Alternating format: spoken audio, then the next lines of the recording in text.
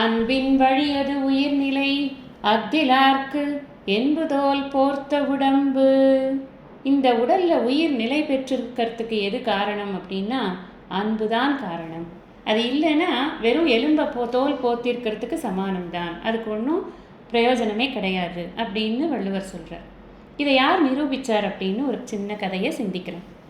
CP சக்கரவர்த்தி அவர் சூரிய குலத்து மன்னர், அயோத்தியை ஆண்டு கொண்டிருந்த ஒரு பெரிய சக்கரவர்த்தி, மிகுந்த அன்பு பூண்டவர், பெரிய வள்ளலும் கூட. யார் எதை கேட்டு வந்தாலும் யாருடைய உயிரும் கலங்குவதை அவர் பார்த்து கொண்டு சும்மா இருக்க மாட்டார்.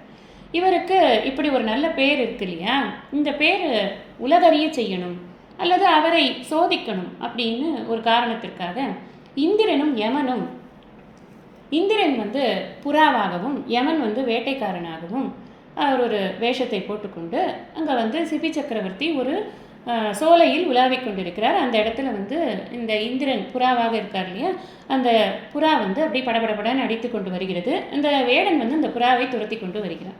வேடன் தான் யமன். இந்த புறா நேர சிபி சக்கரவர்த்தியோட காலுக்கிட்ட உட்கார்ந்துருது, பயந்து போய்.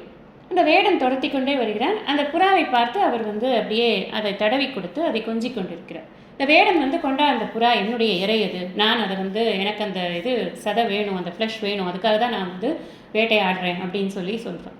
சொன்ன உடனே இவர் சொல்கிறார், உனக்கு என்ன வேணும், ஒரு ஊன் தானே வேணும், அது நான் தரேன் உனக்கு, நீ இதை விட்டுடேன் அப்படின்னு சொல்கிறார்.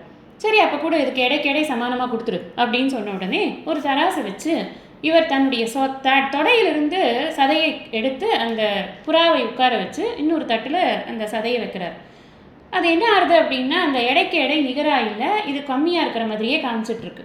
நல்லா அகழ்ந்து ஆழ தோண்டி எல்லா சதையும் வச்சுடுறாரு, தொடையில் இருக்கிற எல்லா சதையும். அப்பவும் கூட அது சேரமாக வரமாட்டேங்கிறது. அதனால என்ன பண்ணுறார், தானே அந்த தராசு தட்டுக்குள்ளே போய் உக்காந்துக்கிறார். அந்த புறாவுக்கு எடைக்கு நிகராக தன்னுடைய மொத்த எடையும் மொத்த சதையும் இருக்குமா பார்க்கலாம் அப்படின்னு போய் உட்கார்றார். அவர் இப்படி தன்னையே கொடுக்கறதுக்கு துணிஞ்சிட்டார் அப்படின்ன உடனே இந்திரனும் யமனும் தன்னுடைய சுய உருவத்தில் உன்னை சோதிக்கிறதுக்காகத்தான் நாங்கள் வந்தோம், உண்மையிலேயே நீ அன்போடு தான் எல்லா உயிர்களுடையும் இருக்கிறாயா இல்லை வேறு ஏதாவது நடிக்கிறியான்னு பார்க்கணுங்கிறதுக்காக தான் வந்தோம், நீ பெரிய வள்ளல் தானா அப்படிங்கிறதையும் நாங்கள் சோதிக்கணும்னு நினச்சோம், நீ அதில் ஜெயிச்சிட்ட அப்படின்னு அவர்கள் அவனை வாழ்த்தி விட்டு, மற்ற பழையபடி உன்னுடைய உடலிலிருந்து எடுத்த சதையெல்லாம் உன்னுடைய உடலையே சேரட்டும் அப்படின்னு அவருக்கு பழைய நல்ல உருவத்தையும் கொடுத்து அவரை வாழ்த்தி விட்டு அவர்கள் செல்கிறார்கள் அப்படிங்கிறது கதை.